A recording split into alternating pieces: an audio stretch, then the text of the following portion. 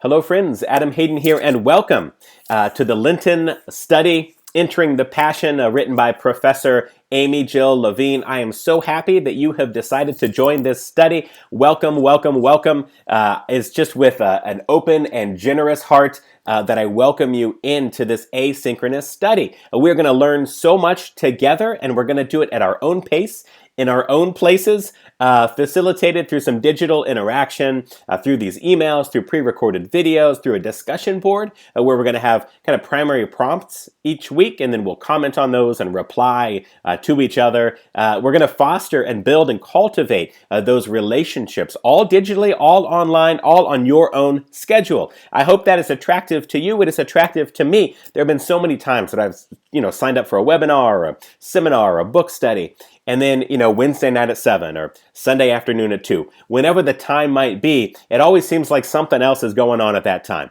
I'm a dad with my wife, Whitney. We've got 3 young boys, and with 3 young kids in the house, it seems like all available time is eaten up by kids' activities or by homework, or somebody's got to fix dinner, or somebody's got to do the laundry. So hopefully this asynchronous format will allow you to sort of stay on track with a study, but to access that material in a way that makes sense for you in your life and your schedule. I'm just honored to facilitate this opportunity for all of you. I am a pastor's kid. I'm a pastor's grandkid. In fact, I've got 2 uncles on my dad's side who are pastors. All of those folks within the United Church of Christ. So the UCC has been my home. I grew up in the UCC. In fact, in our conference, the Indiana-Kentucky Conference of the United Church of Christ, I am the co-chair for the Anti-Racism Task Force. So I'm engaged at my local church at the conference level, and this has just sort of been my heritage and upbringing. But I also want to share this with you as we're getting to know each other here on Ash Wednesday, on sort of the first communication of the study. When I was in my late teens, our family uncovered, through my mom, a connection to Judaism on my mom's side of the family. And that really spoke to me when I was in my late teens. I was searching for community at that time in my life. I feel like, in fact, I've always been on a search for community. When I have found it, I have joined it. When I have not found it, I've tried to build it. And a little bit of what we're doing now is building some of that community. So my reaction at the time in my late teens, when we uncovered this family connection, I decided to lean into that. And in fact, for the past couple of decades, I've really been trafficking in Jewish spaces and interfaith spaces, as well as in Christian spaces. I regularly attended synagogue at the Reformed Temple in town, the Indianapolis Hebrew congregation. I've taken Hebrew for the Bible classes, Intro to Judaism classes, and I've read a lot about the history of Judaism. And one of the things that really attracts me to the study of both Christian and Jewish texts is the authorship of our sacred texts. How do they all come together for thousands and thousands of years of storytelling, of putting the stories into writing, revising those stories, putting them together, collecting them, deciding what makes it in the canon and what doesn't? That is really the area of study that I am most excited to pursue. I think Professor Amy Jill Levine really provides us with some terrific material to approach Lent in a new way. So that's kind of what I'm about and what I'm after. I said also that I'd say a note of what the study is not intended to be. So I don't want to deal a whole lot with theology. I think theology is sort of kind of at the foundational level of when we're engaging in this work together as siblings in a faith tradition or siblings outside of a faith tradition. Certainly, we are connected together through creation. But this is not intended necessarily to give you a theology, to challenge your theology. I think what you'll discover as you work through Professor Levine's book is that she provides excellent material for you to reflect on your own.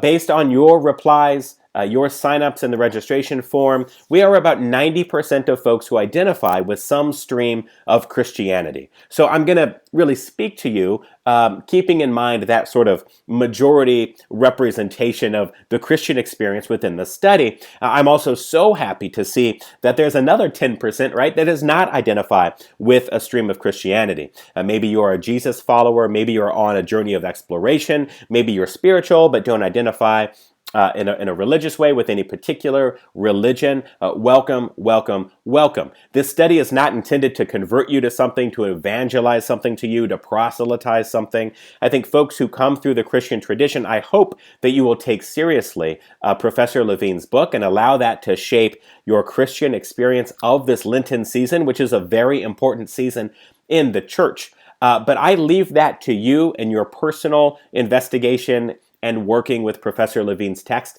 to do that. This isn't a theological study. Rather, I hope that what we get interested in here is to think about, gosh, did this Sanhedrin, the priestly court, did they come together and try Jesus during Jesus' Holy Week? Is that plausible? Was Jesus truly brought before Pilate? Was there a hearing before Pilate? Is that plausible? Is that historically accurate? Those are some of the questions that I want us to look at together, and Professor Levine helps us to get to some of those questions and answers in the text. But the reason that I think this is really important is because we tend to get sort of a conflated view of who Jesus is or who Jesus isn't.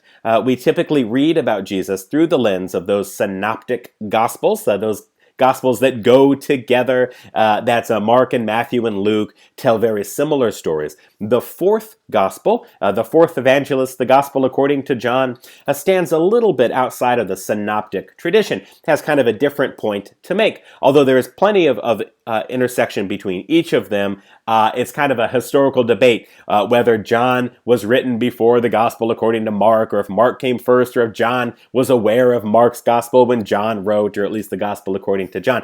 Those are the questions I get so excited about. So what we're doing together in this study format, what we'll be talking about in the discussion boards, the things that I'll be trying to highlight on these videos, really is at the level of that sort of historical understanding. What is the right translation of the text? Of course, we have texts in Aramaic and in Hebrew that made their way to Greek, that then made their way to English. So in that process of translation, sometimes we need to get sort of back to the root understanding of those words and terms, and that can help cast a light on Jesus' early ministry and the early Jesus movement in first century Jerusalem and around that area. So the study is to take up some of those questions. The study is not necessarily to undermine or to recast your theology. I don't want to evangelize a position to you. I'm not necessarily a faith leader or a spiritual leader. I'm a facilitator of this book, and I'm interested in questions of historiography and of history. And I come at that through lifelong UCC connection, later in life connection to Judaism. Great. That's who I am. I'm Adam. It is Ash Wednesday.